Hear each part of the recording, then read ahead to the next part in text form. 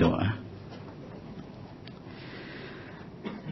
Bapa di surga, itulah yang menjadi kerinduan kami.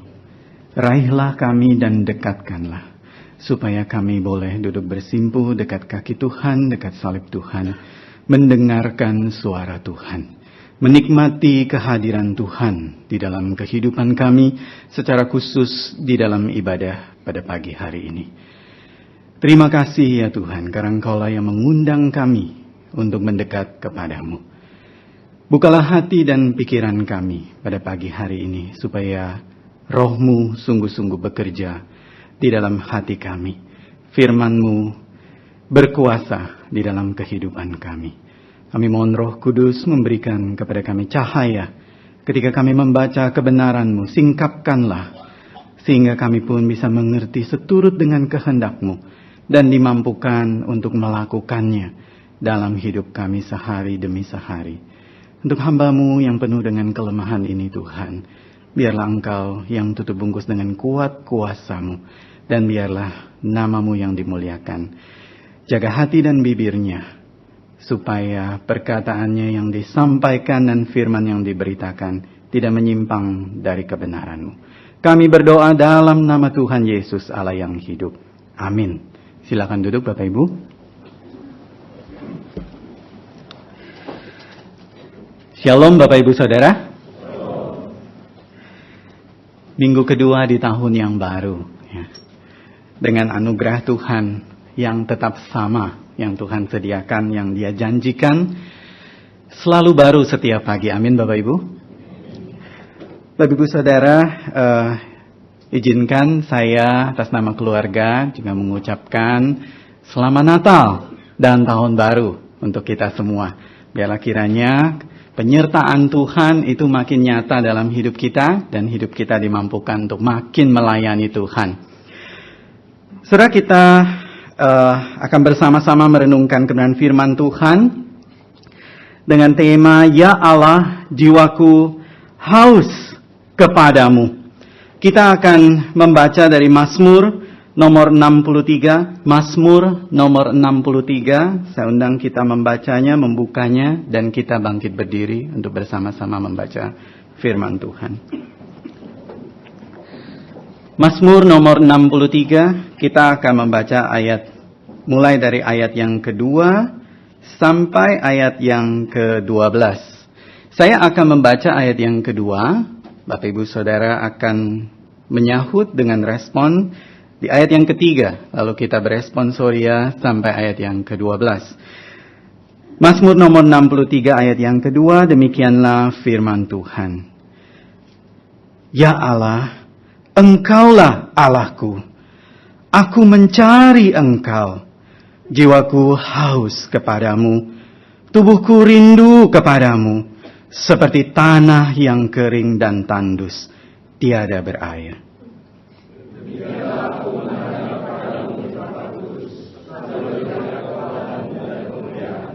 Sebab kasih setiamu lebih baik daripada hidup, bibirku akan memegahkan Engkau.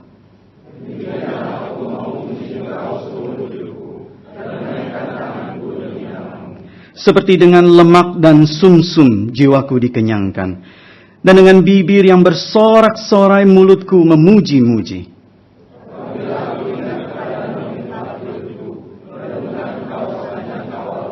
Sungguh, Engkau telah menjadi pertolonganku, dan dalam naungan sayap-Mu aku bersorak-sorai. Tetapi orang-orang yang berikhtiar mencabut nyawaku akan masuk ke bagian-bagian bumi yang paling bawah.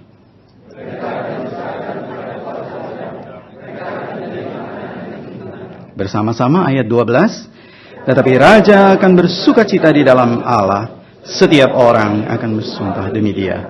Akan bermegah karena mulut orang-orang yang mengatakan dusta akan disumbat. Demikianlah firman Tuhan. Silakan duduk.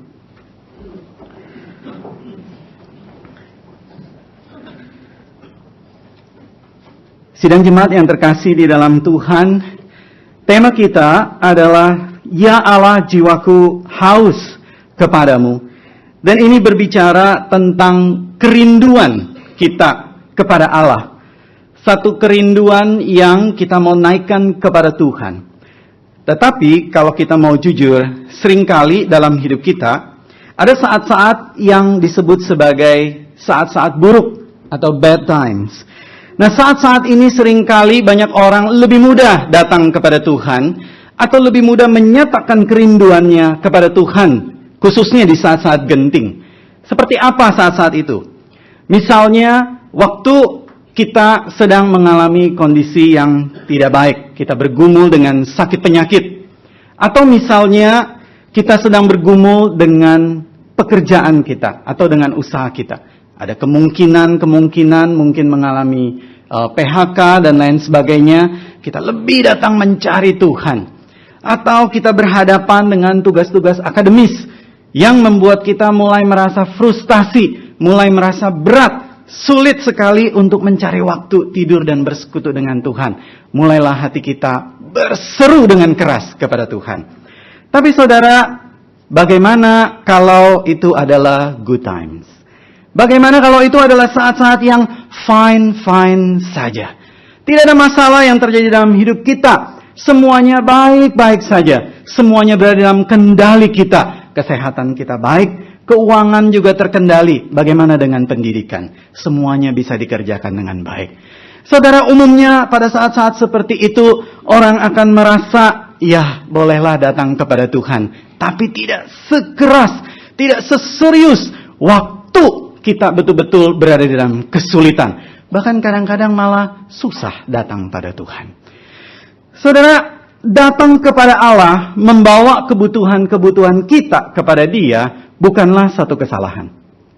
Datang kepada Allah untuk kita membawa kebutuhan-kebutuhan kita kepada Dia, itu bukan kesalahan. Sebab Allah sendiri yang mengundang kita datang kepadanya. Dia adalah Bapa yang sangat baik. Sebagai anaknya, Dia mengundang kita untuk datang kepadanya, membawa kebutuhan-kebutuhan kita. Itu tidak salah.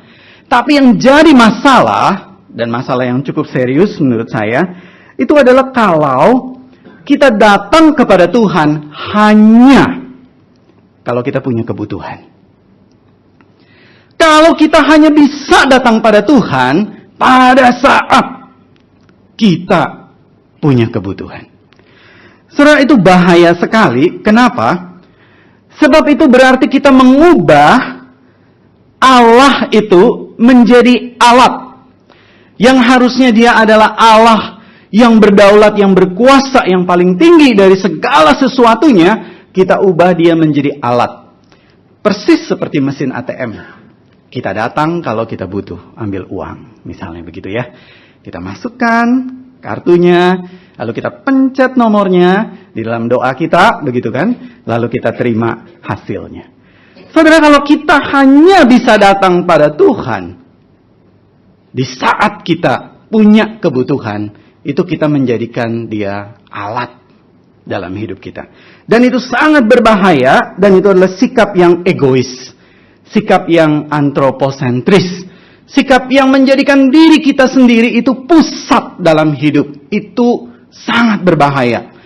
Tidak ada sikap yang lebih berbahaya daripada menurunkan Tuhan dari tahtanya dan menaikkan diri kita menjadi pusat dalam hidup ini. Padahal harusnya di dalam hidup kita, Tuhanlah yang menjadi pusat. Saudara, jadi bagaimana seharusnya kita menyatakan kerinduan kita kepada Allah? Di satu sisi, Tuhan ingin kita membawa kebutuhan-kebutuhan kita kepadanya. Tapi juga di sisi lain, kita harus hati-hati untuk tidak menjadikan Tuhan itu alat dalam hidup kita. Bagaimana sikap kita seharusnya? Saudara, mari kita belajar dari Daud. Daud di dalam Mazmur 63 ini memberikan teladan kepada kita bagaimana kita harus datang kepada Allah, menyatakan kerinduan kita. Saudara, yang pertama yang Daud lakukan untuk menyatakan kerinduannya kepada Allah, Daud itu look upward. Look upward. Daud mendambakan kehadiran Allah. Dia menantikan kehadiran Allah. Saudara, perhatikan di ayat yang kedua di dalam Alkitab yang kita baca tadi. Saudara, ayat yang kedua di sana dikatakan, "Ya Allah, Engkaulah Allahku. aku mencari engkau. Saudara, ada satu kata yang hilang di dalam terjemahan bahasa Indonesia di dalam bagian ini. Di dalam bahasa Indonesia, kata mencari, itu kalau kita lihat di bahasa aslinya, itu menggunakan kata syakar. Nah, ini menarik sekali karena kata syakar itu bukan cuma sekedar mencari. Gambarannya adalah, kalau kita bayangkan kita berada di tengah padang gurun. Gitu ya, padang pasir yang panas dan tandus. Lalu kita sedang mencari air. Nah, saudara, kata yang dipakai syakar itu adalah menunjukkan orang yang sedang mencari, dia hampir pingsan, hampir mati kalau dia tidak menemukan apa yang dia cari. Dia sudah betul-betul tidak berdaya, seperti dia menjerit kepada Tuhan, aku mencari engkau.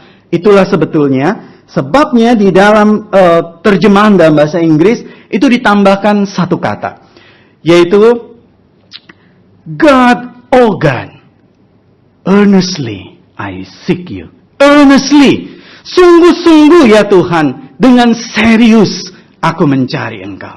Aku bukan sekedar mencari, tapi aku mencari kalau tidak dapat, aku bisa tidak berdaya. Itulah sebabnya aku mencari dengan sepenuh hati. Saudara, itulah makna mencari.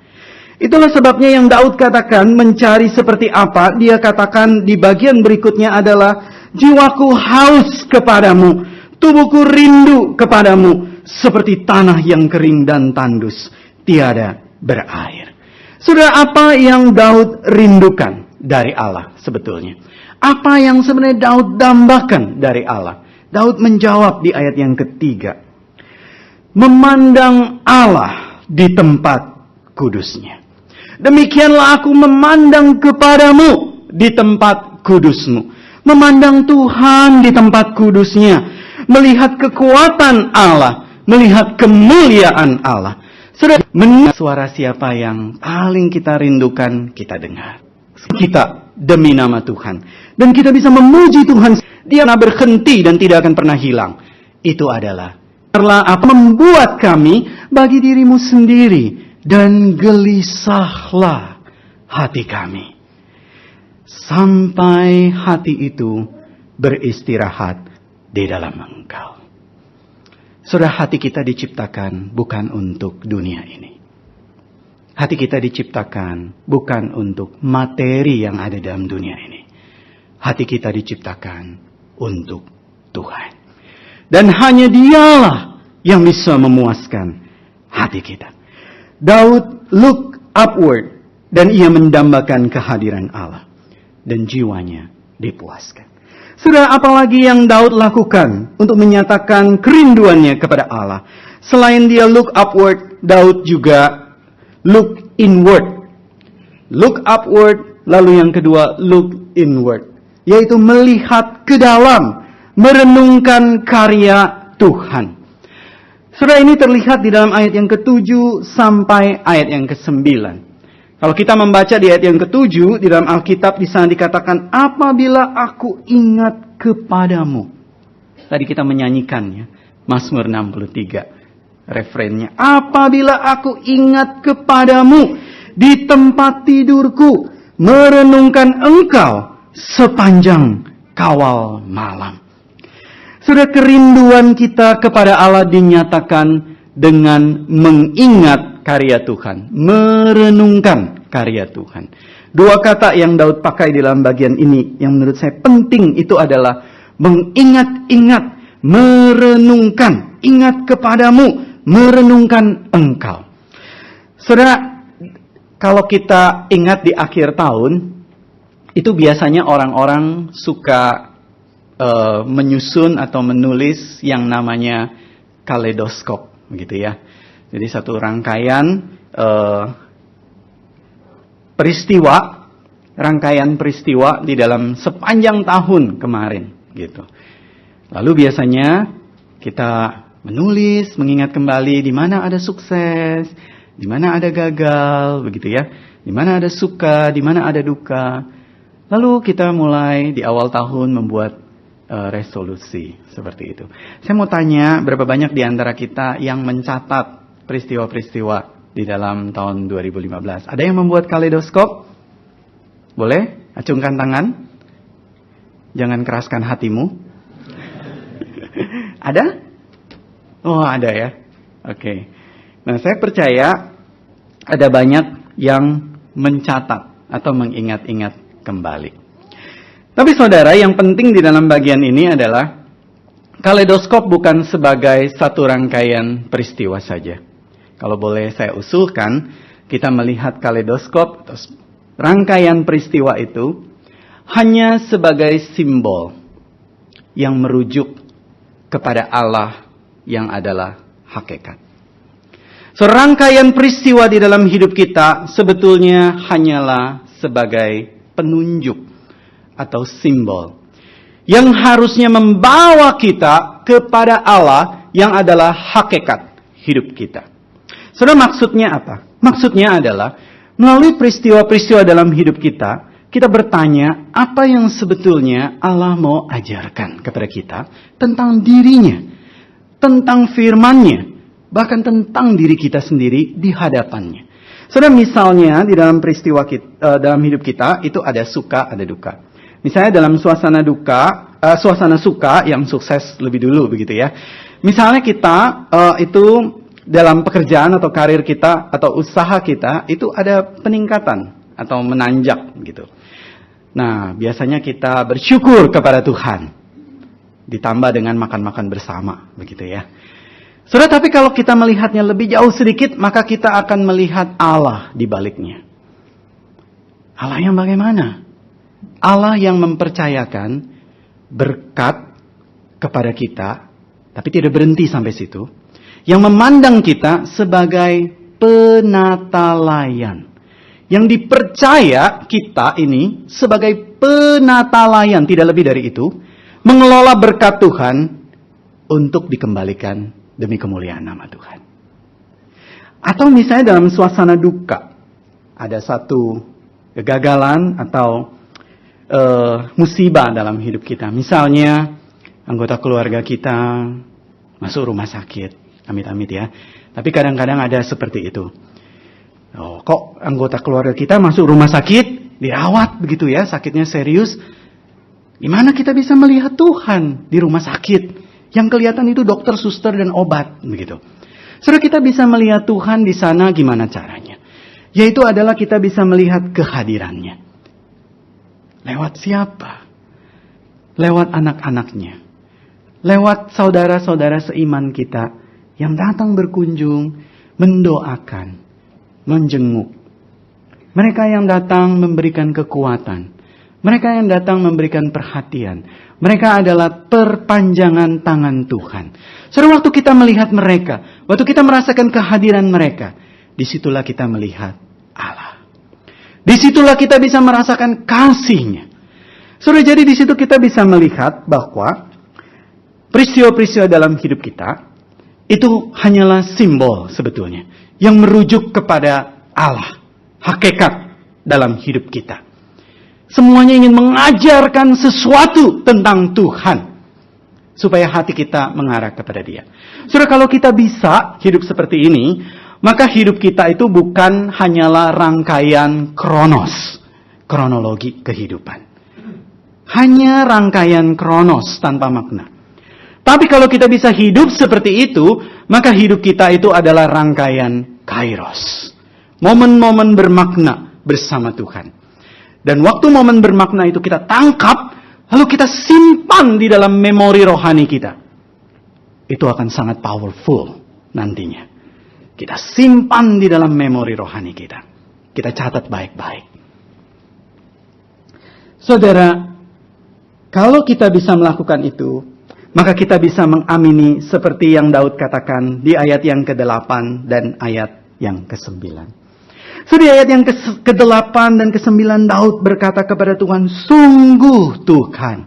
Ini setelah dia merenungkan. Setelah dia merenungkan, mengingat-ingat kembali, mengulang kembali peristiwa bersama Tuhan itu di dalam memori dia. Terus menerus. Maka dia berkata, sungguh Tuhan. Engkau telah menjadi pertolonganku. Dan dalam naungan sayapmu, jiwaku bersorak-sorai. Saudara, naungan sayap itu adalah lambang ketenangan, lambang confidence, lambang trust, lambang keamanan. Jiwa yang betul-betul tenang di hadapan Tuhan. Karena dia mencatat, merenungkan karya Tuhan. Dan ayat yang ke-9, jiwaku melekat kepadamu Tuhan, sebab tangan kananmu menopang aku. Saudara, Daud di dalamnya bagian yang kedua ini, dia look inward.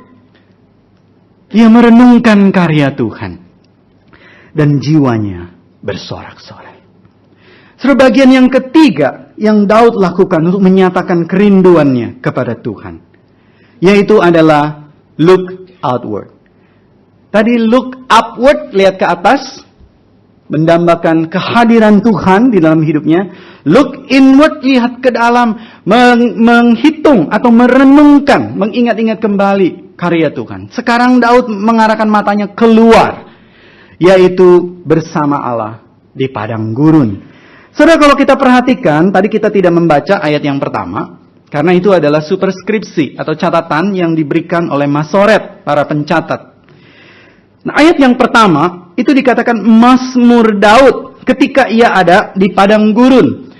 Dan kalau kita lihat bagian bawahnya, LAI itu memberikan pembanding, gitu ya, Mazmur 63 ayat 1 itu dari 1 Samuel 23 ayat 14.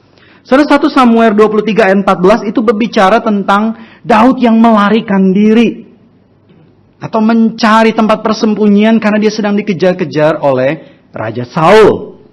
Itulah sebabnya di superskripsi Mazmur 63 dikatakan ketika Daud ada di padang gurun Yehuda. Saudara, berapa lama Daud lari di padang gurun? Nah, kitab tidak memberikan satu penjelasan yang pasti. Tetapi kalau kita membaca mulai dari 1 Samuel pasal 21 sampai 1 Samuel pasal 31, itu Saul terus mengejar-ngejar Daud, begitu ya. Karena dia iri hati, dia tidak rela si Daud ini akan menjadi raja menggantikan dia. Padahal Samuel itu sudah mengurapi. Tapi Daud terus lari dari satu tempat ke tempat yang lain karena dikejar-kejar mau dibunuh. Kapan Daud berhenti lari? Di pasal 31. Pada waktu Saul mati, saudara. Bayangkan kalau Saul tidak mati. Terus dikejar, begitu ya. Saudara, hidup Daud adalah hidup yang berlari. Lari dari satu tempat ke tempat yang lain. Dari satu goa ke goa yang lain. Dari satu kota ke kota yang lain. Tapi padang gurun itu sebetulnya kalau kita lihat karena ini adalah bentuknya Mazmur. Maka Mazmur itu penuh juga dengan kiasan. Padang gurun bisa juga dilihat bukan hanya sebagai makna literal, yaitu tempat. Tapi juga bisa dimaknai sebagai makna figuratif. Yaitu sebetulnya padang gurun itu menggambarkan bukan hanya jiwa Daud yang gersang pada waktu itu mencari Tuhan. Tetapi juga penuh dengan ketidakpastian. Penuh dengan ancaman dan tekanan. Daud itu lari dari satu ketidakpastian kepada ketidakpastian yang lain. Lari dari satu ancaman dan tekanan kepada ancaman yang lain. Saudara, dalam kondisi yang seperti ini, orang pada umumnya itu akan berontak kepada Tuhan. Orang akan menggerutu dan lari dari Tuhan. Nah, saya tertarik sekali dengan bagian ini. Kenapa? Karena Daud tidak lari dari Tuhan. Daud tidak berontak kepada Tuhan.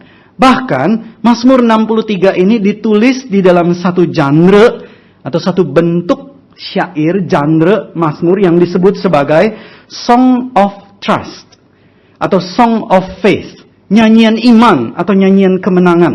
Nah, ada 10 nyanyian iman atau nyanyian kemenangan. Mazmur 63 ini adalah salah satunya. Sudah, pertanyaannya kenapa orang di padang gurun dikejar-kejar mau dibunuh, dia tidak pasti dia dapat makanan atau tidak, dia tidak pasti airnya cukup atau tidak, dia juga tidak pasti dia tidur di mana, kenapa dia bisa bernyanyi lagu iman? Apa rahasianya? Saudara, jawabannya ternyata adalah ada di ayat yang kedua. Sudah di ayat yang kedua di sana dikatakan, ya Allah, Engkaulah Allahku. Aku mencari Engkau. Sudah fokus Daud bukan pada padang gurun kesulitan hidupnya. Fokus Daud adalah Allah sekalipun ia berada di tengah padang gurun. Sudah bayangkan kalau Daud itu berfokus pada kesulitan hidupnya. Maka nyanyiannya tidak akan seperti ini. Mungkin nyanyiannya dimulai dengan kalimat seperti ini. Engkau menyiksa aku ya Tuhan. Kira-kira begitu. Dan menempatkan aku selalu setiap hari tidak bisa tidur. Karena aku dikejar-kejar oleh Raja Saul. Dan kalau yang bernyanyi itu kita, mungkin nyanyiannya akan sedikit berbeda. Engkau membuat aku sulit tidur ya Tuhan. Sebab setiap hari aku dikejar-kejar oleh pekerjaan. Tugas-tugas akademisku menumpuk. Aku menggerutu kepadamu. Aku bertanya mengapa. Tapi Daud tidak seperti itu. Daud memulainya dengan berkata, ya Allah, Engkaulah Allahku. Aku mencari Engkau. Saudara, fokus Daud bukan pada masalah ataupun kesulitan kehidupannya. Fokus Daud adalah pada Allah. Itu membuat jiwanya bernyanyi di hadapan Tuhan. Itu membuat jiwanya bernyanyi di dalam iman. Saudara, mudah bagi kita untuk berkata hal ini. Sulit bagi kita untuk melakukannya. Saya percaya itu juga tidak mudah bagi Daud untuk dilakukan. Tetapi sepanjang sejarah anak Tuhan memberikan teladan kepada kita. Kata kunci yang paling utama jika kita ingin jiwa kita bernyanyi di tengah-tengah padang gurun kesulitan hidup adalah cari Tuhan. Letakkan Dia di awal. Bersama Dia di padang gurun kehidupan kita. Saudara, apakah saat ini kita sedang berada di dalam padang gurun hidup juga? Mungkin padang gurun itu adalah keluarga kita yang sedang diterpa atau sedang mengalami musibah, kesulitan. Mungkin itu adalah relasi komunikasi dengan anak remaja kita yang mungkin agak sulit belakangan ini. Dulu waktu dia masih kecil kok kita merasa dia dekat sekali dengan kita. Dan mulai remaja kita merasa dia mulai meninggalkan kita. Komunikasi makin susah dan kita mulai merasa tidak aman. Jangan-jangan nanti imannya pun makin jauh dari iman yang kita pegang. Iman kepada Tuhan. Kita khawatir dengan masa depannya. Saudara, mungkin itu adalah juga ketidakpastian akan ekonomi keluarga kita. Kita bergumul dengan hal itu. Apakah mungkin padang gurun itu juga adalah pekerjaan kita, usaha kita. Atasan kita mungkin secara tidak langsung memberikan atau menargetkan satu tuntutan, tekanan yang tidak realistis di dalam pekerjaan. Dan kita menjadi tertekan hari demi hari. Dari atas menekan, lalu kita menekan diri kita sendiri. Setiap hari jiwa kita tertekan. Atau mungkin padang gurun itu adalah kesehatan dalam kehidupan kita. Tuhan mengizinkan kita saat ini sedang diterpa dengan satu penyakit yang sulit diobati. Satu penyakit yang membuat kita bergumul dengan ketidaknyamanan secara fisik. Kita berpindah dari satu ketidakpastian dokter kepada ketidakpastian dokter yang lain. Dari satu tekanan obat kepada tekanan obat yang lain. Saudara, jikalau kita sedang berada di dalam padang gurun yang seperti itu, siapa yang menjadi fokus hidup kita? Apakah dunia ini? Apakah diri kita sendiri? Tidak. Fokus hidup kita di padang gurun ini adalah Tuhan. Allah yang rindu kita cari. Dia sumber kekuatan kita. Dia pertolongan kita. Sudah jika Dia betul-betul menjadi kerinduan kita, maka di tengah-tengah padang gurun itu, kita bisa bernyanyi bersama dengan Tuhan. Dan bersama dengan Daud, kita bisa berkata kepada Tuhan, Oh God, You are my God. Earnestly I seek You. Ya Allah, Engkaulah Allahku. Aku mencari Engkau. Amin. Kita berdoa.